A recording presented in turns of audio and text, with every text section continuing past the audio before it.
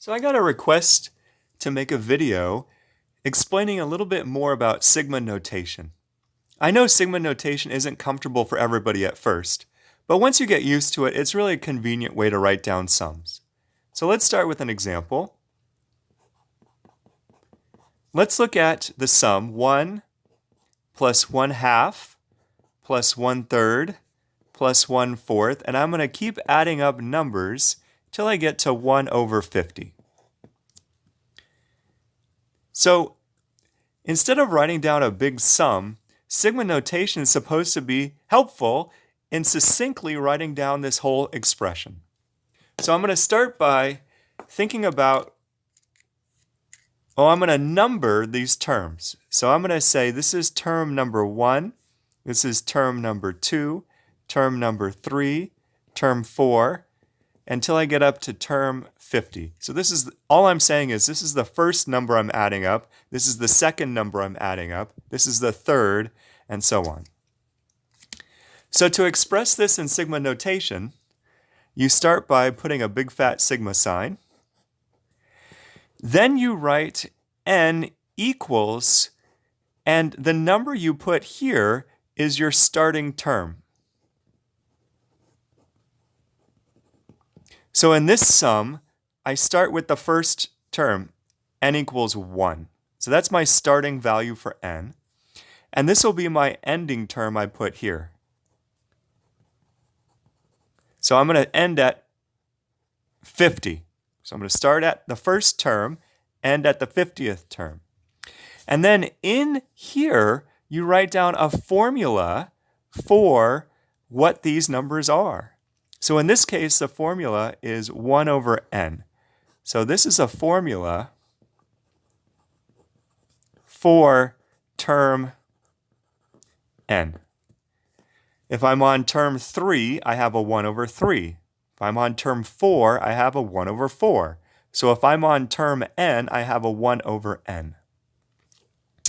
You could always check to see if your sigma notation matches your sum by just plugging in values for n, starting with 1 and going till the end.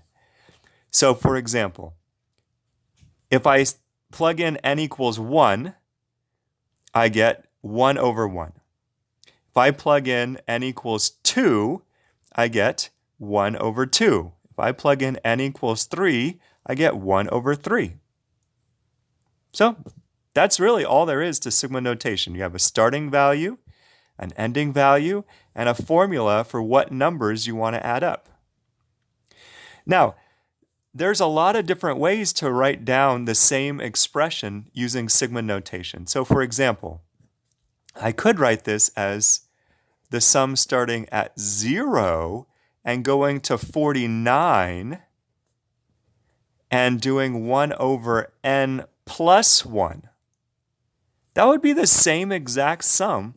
You could check, plug in n equals 0. If you plug in n equals 0, you get 1 over 1, the first number. If you plug in n equals 1, you get 1 over 2. And you keep adding those numbers up until you get to, 1 over 49 plus 1, our last number. You could even write this as a different index. So I used n here to write down my formula, but I could use a different value like k. So I could do k going from 0 to 49 of 1 over k plus 1. All these are the exact same thing. Now, if you ever get confused on what sigma notation is actually giving you, plug in certain values. Just, write down when k is the starting value. When k is 0, I get 1 over 0 plus 1. When k is 1, I get 1 over 1 plus 1. When k is 2, I get 1 over 2 plus 1, and so on. I guess the last value I'd plug in is 49, so I get 1 over 49 plus 1. And you can see that this is really the same sum. Okay, let's do another example of sigma notation. How about this example? What about 1 minus 1/3 plus 1/5 minus 1/7, and let's just do one more term, plus 1/9. So you could turn this expression into a sigma notation. First thing I could do is say that this is my first number, this is my second number, this is my third number, fourth and fifth number. So I'm going to have a sum, n going from 1 to 5. Next, this is maybe the trickiest part of the whole thing, but it's not so bad.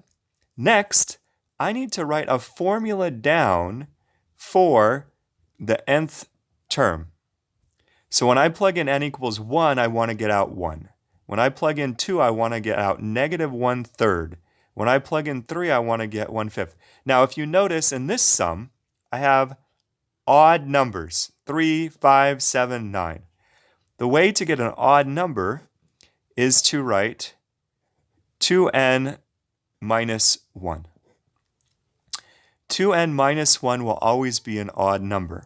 Now, if you plug in n equals 1 here, you get 1 over 1. If you plug in n equals 2, you get 1 over 3. If you plug in n equals 3, you get 1 over 5. So you could check that we have the right sum by plugging in different values for n. Now I haven't accounted for the plus, minus, plus, minus, plus terms. And the way that you get that alternating flip-flopping plus or minus sign is by doing minus 1 to the n plus 1 power. This is the trick to get plus or minus signs to appear in your sum.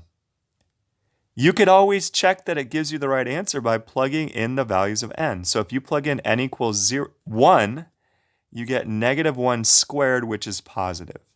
If you plug in n equals 2, you get negative 1 to the third power, which is negative.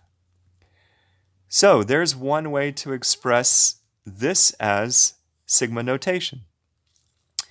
Now I could do the same kind of game I played up here. I can choose to start the sum, maybe k going from 0 to 4.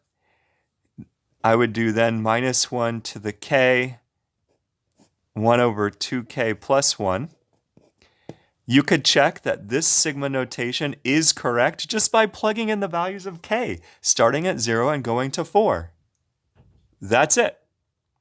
All right, let's end with one final example. What if I have the sum n going from 5 to 8 of negative 1 to the n squared? Well, I could turn sigma notation back into this expanded form just by plugging in the values. So I get negative 1 to the 5th times 5 squared. Then when n is 6, I get negative 1 to the 6 squared, plus negative 1 to the 7th, 7 squared, plus negative 1 to the 8th, 8 squared. Okay, that's about all there is to sigma notation.